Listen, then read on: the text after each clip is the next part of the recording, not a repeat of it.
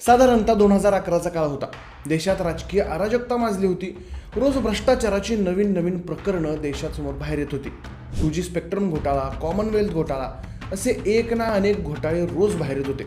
देशाला या भ्रष्टाचाराच्या अजगरानं पार करकचून मिठी मारली होती.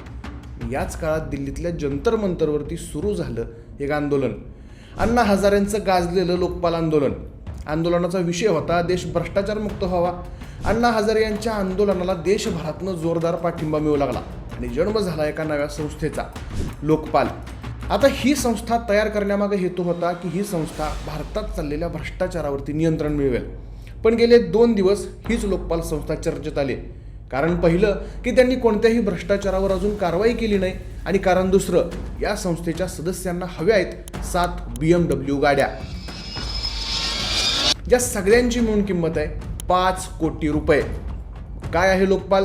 लोकपालच्या सदस्यांना BMW कशासाठी हवे आहेत आणि काय आहे सगळा मॅटर, सगळं बघूया आजच्या व्हिडिओच्या माध्यमातून.